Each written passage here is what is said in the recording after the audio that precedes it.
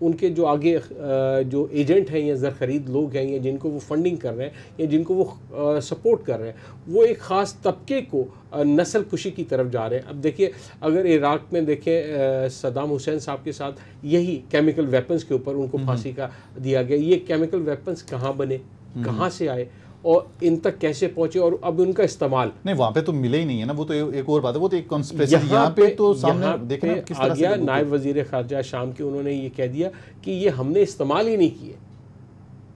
وہ یہ کہتے ہیں کہ یہ استعمال کرائے گئے ہیں تاکہ یہ جواز پیدا کیا جا سکے کہ انٹرنیشنل فورسز کو اندر داخل کیا جائے. اب یہ میرے نزدیک یہ ہے کہ یہ پری پلان اسٹیج تیار کیا ہوا ڈرامہ ہے جس کے تحت وہ داخل ہونا چاہتے ہیں اور یہی وجہ ہے کہ کل یہاں پہ ٹوری حکومت کو ایک ناکامی ہوئی.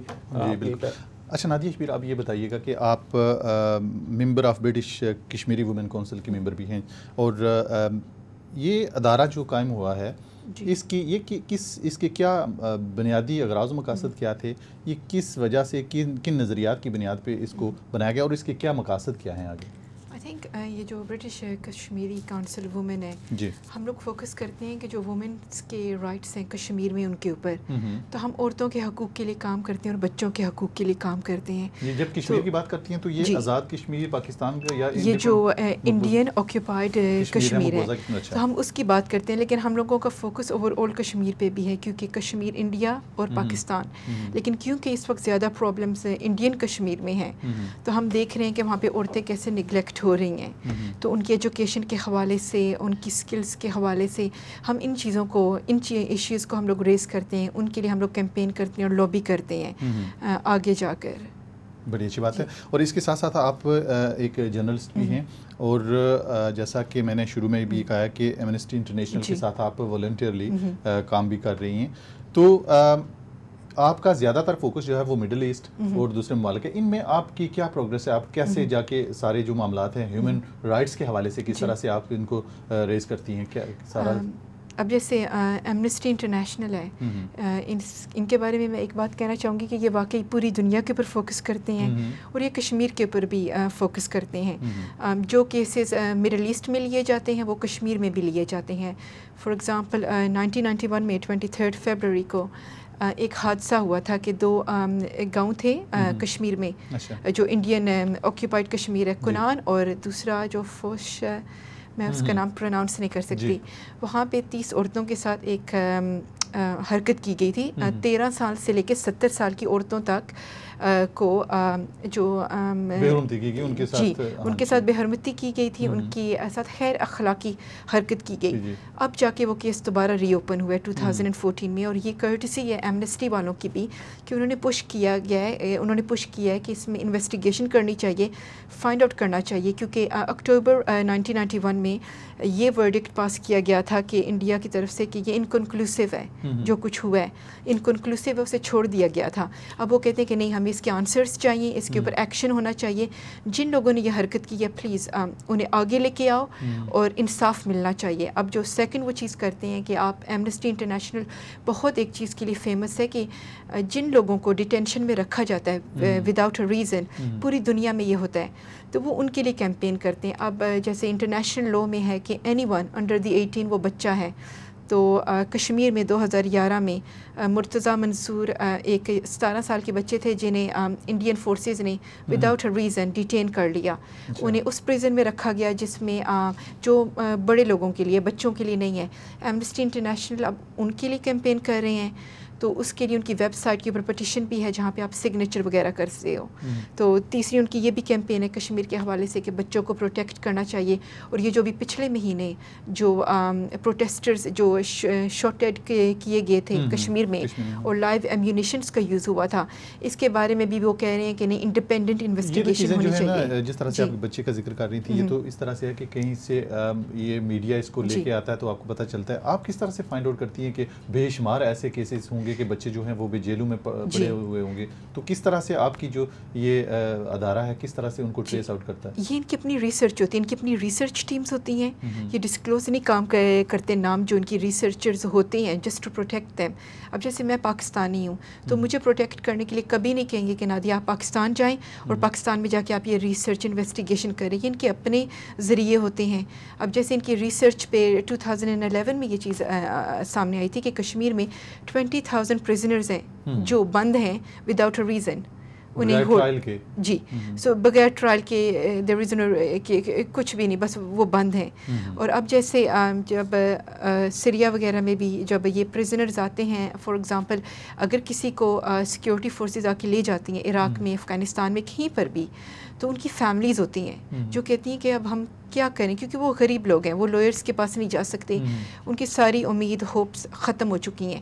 تب وہ ایمنسٹی کو کسی طریقے سے کانٹیکٹ کرتے ہیں, پھر وہ کیسز ہماری طرف پاس ہوتے ہیں. جب آپ پرزنرز کی بات کرتی ہیں تو ایمنسٹی انٹرنیشنل کے متعلق کہہ رہی ہیں کہ اتنا بااثر ادارہ ہے. مجھے نہیں معلوم کہ یہ پورے دنیا میں شاید افیکٹو ہونا چاہیے, لیکن یہ دیکھیں امریکہ میں جو وہ ہمارے پرزنرز ہیں گوانتانامو بے میں, اور پھر یہ عافیہ صدیقی کے متعلق 86 ایئرز جو پنشمنٹ دی گئی ہے, اس کے متعلق آپ کی جو ہیومن رائٹس کی جو تنظیمیں ہیں وہ کیا کر رہی ہیں اور ان کا کیا نقطہ نظر ہے, کس طرح سے وہ ان پہ اثر انداز ہو سکتی ہیں؟ جی دیکھیں, جو گوانتانامو بے ہے وہ تو ایمنسٹی انٹرنیشنل بالکل نہیں سپورٹ کرتا. انہوں نے کبھی ڈے ون سے کوئی ہیومن رائٹس کا ادارہ ایسا نہیں ہے جو اس کو سپورٹ کرتا ہو, سب اس کے اگینسٹ ہیں. سپورٹ کرنا اور بات ہے, لیکن اس کے لیے کیا کیا ہے؟ یہی کیمپینز ہوتی ہیں کہ آپ لکھتے ہو یا آپ اس کو ہائی لائٹ کرتے ہو, آپ میڈیا میں کیمپین جا کے کرتے ہو, پیسفل ویز ہوتے ہیں, آپ ایم پیز کے ساتھ لابی کرتے ہو, آپ جو ورلڈ لیڈرز ہیں ان کے ساتھ آپ لابی کرتے ہو, ان کو بتاتے ہو, ان کے آگے اسٹیٹسٹکس رکھتے ہو, بتاتے ہو کہ دیکھو یہ یوں بے حرمتی ہو رہی ہے ان رائٹس کی. کہتے ہیں نا کہ آپ بات کریں گے تو آپ, یہ پیسفل ویز ہوتے ہیں اپنی بات آگے لے کے جانے کا, اس کو منوانے کا. تو یہ لوگ اس طریقے سے یہ لوگ کرتے ہیں. پھر یہ لوگ پروٹیسٹس بھی ہولڈ کرتے ہیں, ان کی مارچز بھی ہوتی ہیں جس پہ یہ لوگ بینرز لے کے جاتے ہیں, یہ بات اس کے اوپر کرتے ہیں. پھر یہ گوانتانامو بے کی کیسز بھی لیتے ہیں.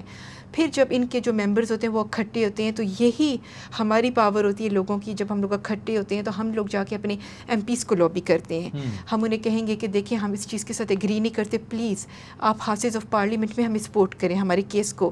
اس طریقے سے ہم لوگ, یہ لیڈر ہے جو ہم لوگ سلولی ہم لوگ کلائمب اپ کرتے ہیں, اوپر تک ہم لوگ جاتے ہیں تاکہ ہماری بات منوائیں, ہم اپنی بات کو منوائیں اور کوئی ڈفرینس لے کے آئیں. جی آپ سے سیریا کے متعلق پوچھا جا رہا تھا اور آپ نے یہ کہا کہ جی وہاں پہ جو ہو رہا ہے وہ اس طرح سے نہیں ہونا چاہیے, وہ ایک اسلام کو ڈومینیٹ کرنے کی کوشش کی جا رہی ہے یا ان لوگوں کو ان ممالک کے درمیان.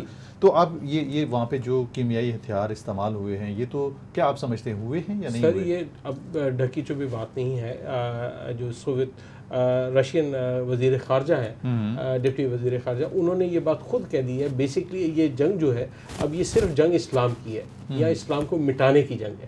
اس کا سیریا, عراق, ایران, پاکستان اس سے وہ نہیں, یہ صرف ایک مسلم اور غیر مسلم کی جنگ. نہیں, مسلم و غیر مسلم کی تو ہو گئی, لیکن یہ دیکھیں کہاں کی مسلمانیت. پھر جس طرح سے خون کی ہولی, بلڈ شیڈ سیریا کے اندر پچھلے کافی عرصے سے چلا آ رہا ہے, تو کیا ہم خود دعوت نہیں دیتے ان طاقتوں کو کہ ہمیں آ کے مٹایا جائے؟ پھر اچھا, میں اگر آپ کی اجازت ہو تو میں اس کو اس طرح کہہ دیتا ہوں کہ ڈرون حملے ہوتے ہیں پاکستان میں, ناردرن ایریاز میں, اور ناردرن ایریاز میں جو طالبان ہیں وہ کبھی ان ممالک کے سفارت خانوں پہ حملے نہیں کرتے جو حملے کر رہے ہیں. وہ حملے کرتے مساجد پہ, وہ حملے کرتے مزاروں پہ, وہ حملے کرتے بے گناہ لوگوں پہ, ان چیز کا بدلہ لینے کے لیے کہ ڈرون حملے ہمارے علاقوں میں ہو رہے ہیں. یہ کیا ہے؟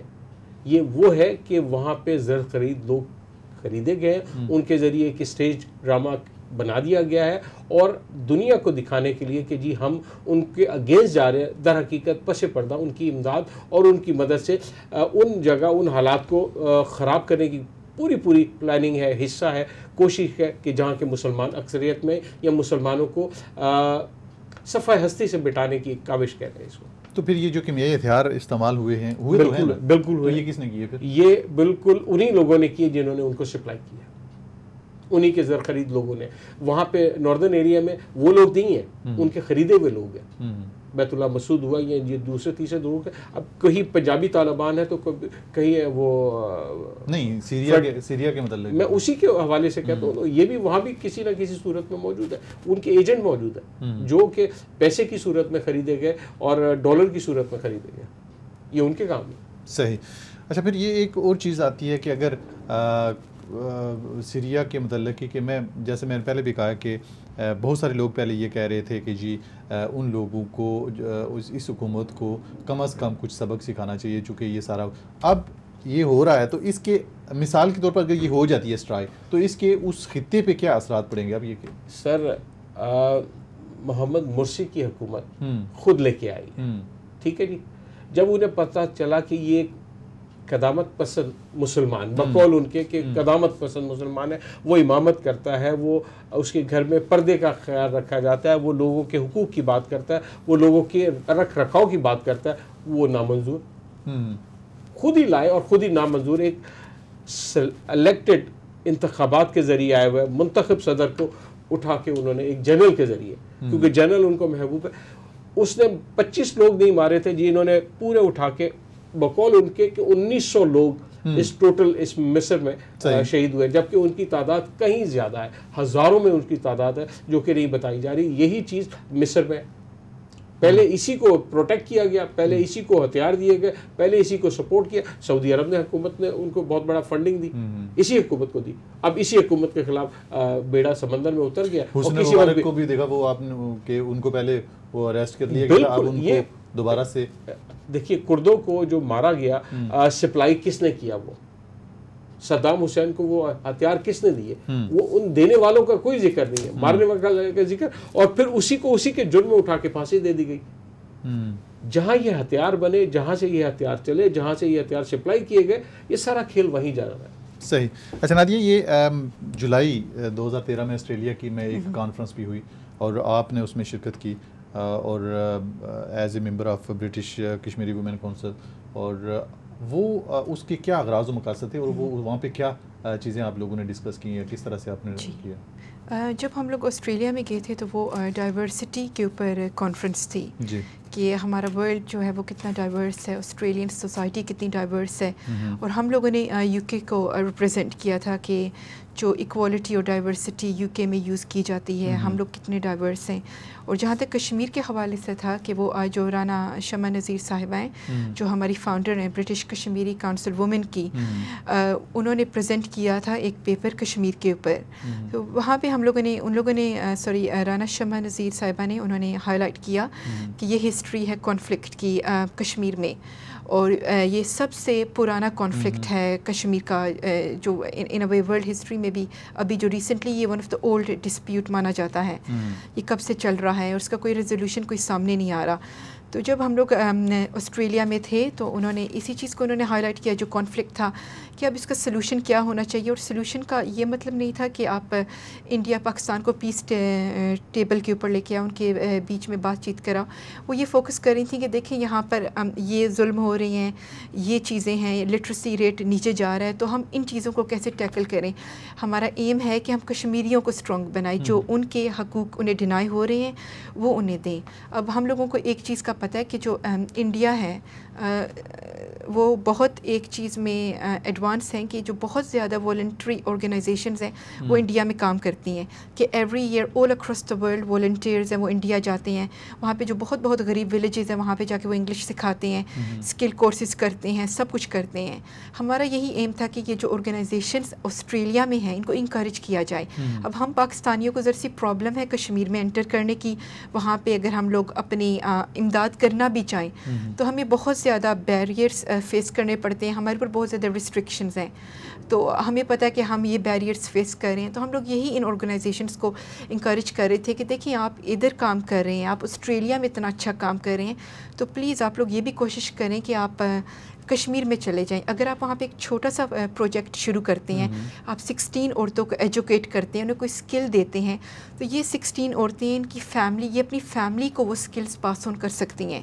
تو ہمارا یہی ایم تھا کہ ہم ان آرگنائزیشنس کو انکریج کریں جو وہاں پہ ایم پیز تھے ان لوگوں کو میسج دیں. آپ کیا سمجھتے ہیں کہ کس حد تک آپ سکسیزفل رہی ہیں اس مشن میں؟ دیکھیں ماشاء اللہ سے وی ور سکسیزفل، کیونکہ جو there was a group from Lebanon, وہاں پہ ایک لیبنیز گروپ تھا، اینڈ یقین کریں کہ انہیں پتہ تھا کہ کشمیر ہے، لیکن انہیں کشمیر دے نیور نیو کہ سملیرٹیز ہیں کہ جو کشمیر میں کانفلکٹ اور لیبنان میں ان کی نقطۂ نظر میں کہ جو دنیا میں سب سے زیادہ اٹروسٹیز ہیں وہ ان کے علاقے میں ہو رہی ہیں، جو ہو رہی ہیں. ہم مانتے ہیں کہ فلسطین میں بہت ظلم ہو رہا ہے، لیبنان میں ہو رہا ہے، لیکن انہیں اس کے بارے میں، اس خطہ، اس علاقے کے بارے میں اتنی اویئرنیس نہیں تھی. پھر جب ہم نے ان سے بات کی تو انہوں نے کہا کہ یہ تو بہت سملر ہے جو فلسطین میں بھی ہو رہا ہے، لیبنان میں بھی ہو رہا ہے. تو ان لوگ پھر جب ایک جوش ربائی تھے، جب ہم نے ان کو بتایا تو انہوں نے کہا ہاں، کہتے ہیں کہ ہم آپ لوگوں کو سپورٹ کرتے ہیں کہ واقعی کشمیر میں ان لوگوں کے رائٹس کے لیے کام ہونا چاہیے، انہیں پرووائڈ کرنا چاہیے جو ان کے جو رائٹس ہیں، ان کی بہتری کے لیے، ان کے فیوچر کے لیے ہمیں کام کرنا چاہیے. تو یہ جو پولیٹیکل سچویشن ہے یہ چلیں بڑے لوگوں کے لیے لیو کر دیں، لیکن جو ہم چھوٹے چھوٹے لوگ ہیں ہم لوگ شاید یہ ڈفرینس بنا سکتے ہیں. تو جی ہم نے یہ فیل کیا تھا کہ کافی آرگنائزیشنز وہ ہمارے ساتھ کولیبوریٹ اینڈ میں کرنا چاہ رہی تھیں، اور یہی سوچا جا رہا تھا کہ کس طریقے سے ہم فیوچر میں ہم کشمیر میں انٹر کریں اور وہاں پہ لوگوں کی مدد کریں. تو یہ ہمارا ایم تھا. بہت اچھی بات ہے. اچھا رانا صاحب پھر آتے ہیں اس بات پہ کہ بشار الاسد جو ہیں یہ برطانیہ میں انہوں نے تعلیم حاصل کی اور یہاں کی نیشنل خاتون ہیں جن کے اور یہیں پہ ڈاکٹر بھی وہ رہے، اور مغرب کے ساتھ ان کے جو تعلقات ہیں وہ بڑے اچھے تھے.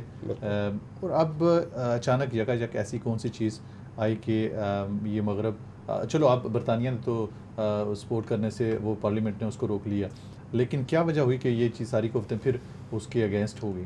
سر اس کو آپ اس طرح دیکھیں کہ اسرائیل کے مقابلے میں مصر جو تھا فوجی قوت کے لحاظ سے بڑا مضبوط مانا جاتا تھا، اور اگر پیچھے چلے جائیں 66 میں جو جنگیں ہوئی ہیں ان میں ان کا بہت بڑی طاقت کے صورت میں سامنے آئے تھے. یہ جو سپر پاور ہے، انہوں نے کہا کہ ان کی جو پاور ہے نا، جو آرمی فورسز ہے، اس کو بریک کیا جائے. اس کی لانگ ٹرم پلاننگ کے تحت ہر اس فورس کو عوام کے ساتھ لڑا دیا گیا. ایجپٹ، شام، عراق، ایران پہ بڑی کوشش ہوئی ہے. پاکستان میں دیکھ لیں، ایک سیاسی جماعت ایک دم اٹھتی ہے، وہ کہتی ہے فوج کراچی میں بلا لی جائے. فوج کیوں آئے کراچی میں؟ وہ اس لیے کہ فوج کو ایک عالمی ایجنڈے کے تحت الجھا دیا جائے، اس کی جو پاور ہے اس کو ضائع کر دیا جائے، اور اس ایجنڈے کے اوپر عمل کرتے ہوئے فوجیں جب عوام کے ساتھ آمنے سامنے آ جائیں گی تو وہ ایک انٹرنیشنل ایجنڈا جو ہے وہ کامیاب ہوگا، کیونکہ ان کی پاور ختم ہو جائے گی. جب عوام اور فوج آمنے سامنے ہو جائے تو کافی مورلٹیز نہیں. پاکستان کے وہ تو پہلے میرے خیال سے 1992 میں جو فوج گئی تھی اس کو تو وہ کہتے ہیں جی یہ غلط ہوا، نہیں ہونا چاہیے تھا. وہی فورسز ہیں نا جو آپ کہہ رہی ہیں، لیکن اب کہہ رہی ہیں کہ بھئی آپ آئیں. اب آئیں. اب وہ اس کی وجہ یہ ہے کہ اشارے کہیں سے ملتے ہیں نا کہ اب اس وقت پاکستان فورسز بڑے اطمینان سے اپنی قوتیں جمع کر کے اس بارڈر کو سنبھالے ہوئے جو کہ انڈیا سے موجود ہے، اور اس طرف کا بارڈر کیونکہ ان کے ساتھ ہے، اس میں کچھ ہمدرد طالبان بھی ہیں جو کہ افغانستان میں لڑ رہے ہیں فریڈم فائٹ، اور اس طرف کے جو ہے ان کو سنبھالے ہوئے. اس کو توڑنے کے لیے، پاکستانی فورسز کی طاقت کو زائل کرنے کے لیے، ڈیوائیڈ کرنے کے لیے یہ نعرہ لگایا جا رہا ہے کہ جی کراچی میں فورسز آ جائیں، کراچی میں سوال. یہی کراچی جس میں وہ 24 سال حکومت کرتے رہے، 24 سال انہوں نے 19,000 کنٹینر غائب ہوئے ہیں ناصر صاحب، 19,000 کنٹینر، اور آج تک نیٹو نے کمپلین نہیں کی کہ ہمارے 19,000 کنٹینر غائب ہوئے. چیف جسٹس حیران ہو گئے کہ ایک کنٹینر میں کیا کیا اسلحہ ہے. کراچی فورسز، رینجرز، پولیس کے پاس وہ اسلحہ نہیں ہے جو کہ ان سو کالڈ نہتے لوگوں کے پاس اسلحے ہیں. کراچی میں اگر 2 کروڑ کی آبادی ہے نا تو میں کہوں گا 4 کروڑ کے حساب سے گنے اور پسٹلز اور مشین گنز موجود ہیں. بالکل ایسا ہی. اینٹی ایئر کرافٹ گن لوگوں نے گھروں میں لگائی ہے. اس سے اندازہ لگائے یہ کتنے طاقتور ہیں. وہ جو 19,000 کنٹینر میں سے چلو اگر 10,000 بھی کنٹینر کراچی میں کھپ گئے ہیں تو اس کا اندازہ کیا کر سکتے ہیں. سر اس کی بنسبت اگر شام میں دیکھا جائے تو شام میں تو جن لوگوں کو مارا جا رہا ہے وہ تو بالکل نہتے ہیں، اور ان کے پاس نہ کوئی مشین گن ہے، نہ ان کے پاس اس طرح کی کوئی وہ مسلمان تو ہے نا، مسلمان ہیں، لیکن مارنے والی جو گورنمنٹ ہے وہ بھی تو مسلمان ہیں. یہیں سے تو کنفلکٹ پیدا ہوتا ہے. یہاں کنفیوژن، نام کے مسلمان رہ گئے نا. ابھی آپ نے کہا ان کی تعلیم یہاں، ان کی شادی یہاں. شاہ فیصل کو مارنے والا کون تھا؟ ان کا اپنا سگا بھتیجا. کیا وجہ تھی؟ یونائٹڈ مسلم ایک بلاک بن رہا تھا، اپنا بینک ہوگا، اپنا اسلحہ ہوگا. بھٹو صاحب کہاں گئے؟ تاریخ میں نام ہی رہ گیا نا. سارے وہ کریکٹر جو تھے 1974 کی سمٹ کے, وہ سارے کریکٹر کہاں گئے؟ انہیں پہ یہ سارے دیکھیں, وہ ایک سلسلہ ہے جو وہاں سے چلا تھا, اس کو ہی ایک طرف ٹھکانے لگاتے ہوئے یہ معاملہ ابھی تک چل رہا ہے. یہ وہی ایک ایجنڈا ہے.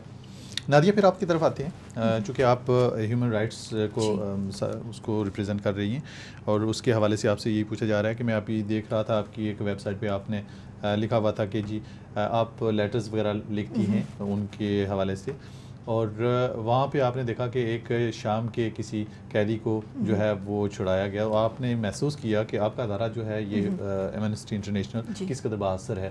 اور پھر اسی حوالے سے میں یہ دیکھتا ہوں کہ اگر اس قدر با اثر ہونے کے باوجود دیکھیں جو برما میں ہو رہا ہے, برما میں کس قدر ہولناک قسم کے واقعات ہوئے ہیں, تو وہاں پہ آپ کے اس ادارے کی کیا کارکردگی یا کس طرح سے آپ نے اس کو, آپ کو تو شاید ویزے بھی نہیں دیے ان لوگوں نے, جانے ہی نہیں دیا تھا. اس وقت میری نثار برنی صاحب سے بات ہو رہی تھی اور انہوں نے اپلائی کیا تو ان کو جانے ہی نہیں دیا تھا. جموں کشمیر میں یہ لوگ نہیں جا سکتے.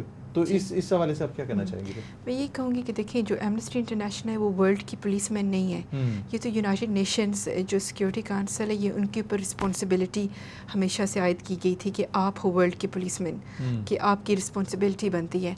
جو برما میں اب دیکھیں, میں مانتی ہوں کہ پہلے یہ بات اتنی زیادہ باہر نہیں آئی تھی کہ انٹرنیشنل میڈیا کو بھی اتنا نہیں پتہ تھا, لیکن یہ بات بعد میں باہر آئی ہے. تو یہ کرٹسی, یہ جو کریڈٹ چاہتا ہے, یہ فیس بک سوشل میڈیا کو استعمال کیا گیا, پھر میڈیا کو بیچ میں لایا گیا. آئی ڈونٹ تھنک سو کہ کوئی بھی گورنمنٹ اس چیز کو ہائی لائٹ کر رہی تھی. یہ تو جب بعد میں جب یہ ہیومن رائٹس آرگنائزیشنس تھی, انہوں نے جب یہ بولنا شروع کیا کہ یہ چیز ہو رہی ہے, یہ غلط ہے, تو governments around the world force تھیں کہ وہ کچھ ایکشن ٹیک کریں. اسپیشلی جب یہ جو ریفیوجیز ہیں, جب یہ برما سے یہ بیچارے کراس کر کے بنگلہ دیش کے, تو بنگلہ دیش نے کہا کہ ہم نہیں ڈیل کر سکتے. تو پھر یہاں پہ یہ ہیومن رائٹس آرگنائزیشن نے کہا نہیں, آپ لوگ غلط کریں, کیونکہ کانفلکٹ ہے, یہ لوگ بے گناہ ہیں, یہ لوگ نیڈی ہیں. اب جب پاکستان میں بھی وہ کچھ ریفیوجیز وہ مائگریٹ کر کے پاکستان چلے گئے, تو پاکستان کو بھی یہی انکریج کیا گیا تھا کہ انہیں ایکسیپٹ کریں, اور لوگوں نے واقعی پاکستان میں انہیں ایکسیپٹ کیا جب وہ کراچی کی طرف آئے.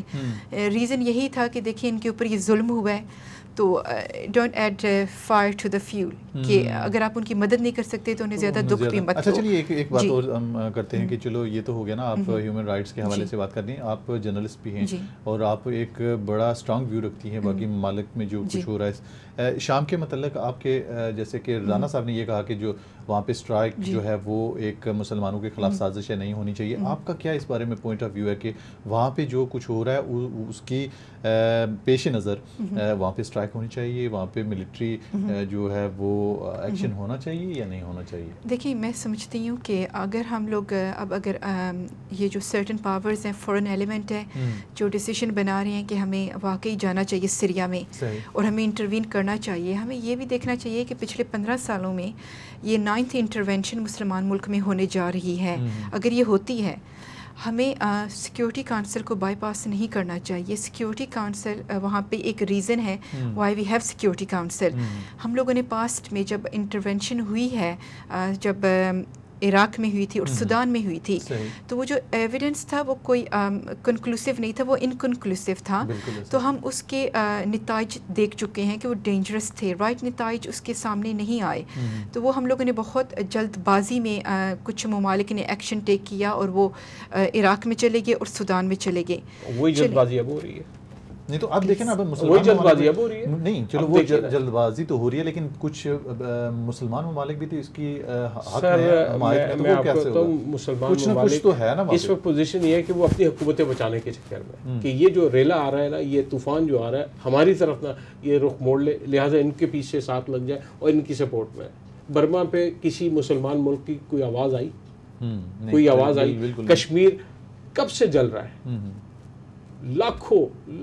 اچھا رانا صاحب, میں ایک بات ضرور کہوں گا, آج اگر مثال کے طور پہ اسی طرح سے کسی برما میں یا کشمیر میں کوئی اس طرح سے ہوتی ہے نا, تو ہمارے لوگ دیکھیں انہی میں سے کچھ نکلیں گے, کہیں گے نہیں یہ پاکستان کے خلاف سازش ہو رہی ہے, مسلمانوں کے خلاف سازش ہو رہی ہے, یہ امریکہ جو ہے یہ بالکل پاکستان کے پاس وہ کشمیر میں جا کے بیٹھنا چاہتا ہے. تو اس بارے میں کیا ہوگا؟ اس میں پتہ ہے کیا, اس میں وہی والی بات آ جاتی ہے کہ این جی اوز ہیں ہزاروں, ان این جی اوز کے ساتھ جو لنک ہوئی نا, وہ بہت سارے ایسے ادارے ہیں جو کہیں جا کے ایک ایسی جگہ جا کے رکتی ہے جہاں سے امداد پیدا ہوتی ہے اور نکلتی ہے. اگر امداد رک جانے کا ڈر ہوتا ہے تو ہم ان کی حمایت میں بیان دے دیتے ہیں اور اگر آ جاتی ہے تو ہم ان کی اچھا مخالفت. روس کا کیا اس میں سارا انٹرسٹ ہے؟ چونکہ روس جو ہے وہ تو اس نے تو کہا کہ میں سعودی عرب پہ حملہ کر دوں گا. روس کی پوزیشن یہ ہے نا کہ وہ ابھی تک بہرحال دمخم تو باقی ہے, سپر پاور والی دبدبہ تو باقی ہے, گو کہ سپر پاور ایک ہی ہے, مگر ابھی تک ان کے پاس دیکھا جائے گو کہ ملک سمٹا ہے, مگر جو پاور اندر کی ہے وہ تو ان کے پاس ٹیکنالوجی کے لحاظ سے وہ ہے, ان کے پاس یقیناً ایسی چیزیں موجود ہیں جس کے ذریعے وہ دھمکی اور اس پہ عمل کر سکتے ہیں. کہا جاتا ہے کہ جو شام کے جو رجیمز ہیں نا, یہ تقریباً $5 بلین کا اسلحہ جو ہے وہ ان کے ساتھ انہوں نے کانٹریکٹ کیا ہوا ہے اور وہ لینے جا رہے ہیں. بالکل ان کا اپنا مفاد اس میں انوالو ہے, اس لیے وہ شام کو پروٹیکٹ کر رہے ہیں, نہ کہ اس لیے کہ وہاں پہ جو ہے مسلمانوں کی زیادتی ہو رہی ہے. سر یہ اسلحہ فیکٹریاں بنی اس لیے نا کہ استعمال کی جائے. یہ اسلحہ بکے گا تو سارا مال بنے گا نا. یہ اسلحہ کون بنا رہا ہے؟ یہ دو بڑے ممالک یہی بناتے ہیں. اور کہاں استعمال ہوتا ہے؟ ان کبھی دو ممالک میں دیکھا کبھی استعمال ہوا؟ استعمال کے لیے ایک میدان سجا ہوا ہے, اس میدان استعمال کرنے کے لیے مسلمان موجود ہے, اس پہ چاہے کیمیکل استعمال کریں, چاہے نیوٹرل وہ استعمال کریں, یا جو بھی نئی چیز بناتے ہیں وہ استعمال کریں, مسلمانوں کے لیے ہے نا. نادیہ آپ کہہ رہی تھی کہ یہ جو جس طرح سے رانا صاحب بھی کہہ رہے ہیں کہ جی جو ملٹری ایکشن ہے یہ نہیں ہونا چاہیے, تو اگر یہ نہیں ہونا چاہیے تو پھر تو ہم تو دیکھ رہے ہیں 2 سال سے تقریباً وہاں پہ لاشیں جو ہیں وہ گلی محلوں میں کس طرح سے بے حرمتی ہو رہی ہے, خون جو ہے وہ بلڈ شیڈ ہو رہا ہے وہاں پہ. تو پھر اس کا حل کیا ہے؟ پھر کیا اسی طرح سے دیکھتے رہیں کہ یہ اور کتنی لاشیں گرتی ہیں, یا اس کا کوئی سولوشن بھی ہو سکتا ہے؟ پھر دیکھیں ہم انٹیلیجنٹ ورلڈ ہے, ہمارے پاس انٹیلیجنس کی کوئی کمی نہیں ہے. 1948 سے یہ کانفلکٹ مڈل ایسٹ میں چل رہا ہے. آئی تھنک کہ ہم لوگوں میں اتنی پاور ہونی چاہیے کہ ہم یہ کانفلکٹ ریزولو کر سکتے.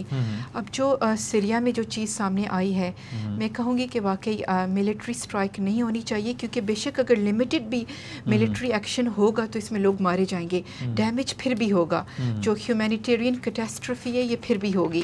اس وقت ہمیں ایک تو ہمیں ویٹ کرنا چاہیے سیکورٹی کاؤنسل کا, ان کی رپورٹ فیو ڈیز میں آنے والی ہے, وہ بتائیں گے کہ وہاں پہ کیا یوز کیا گیا ہے اور کہ کون اس کا رسپانسبل ہے.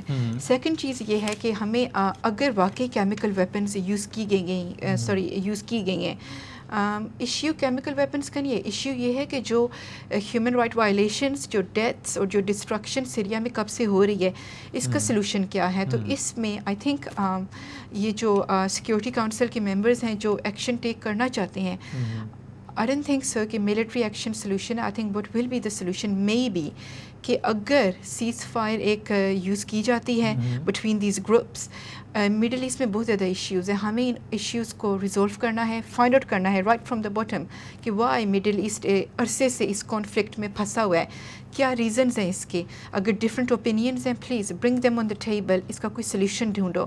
ہم آف کورس اگر ہم UK میں ہم لوگ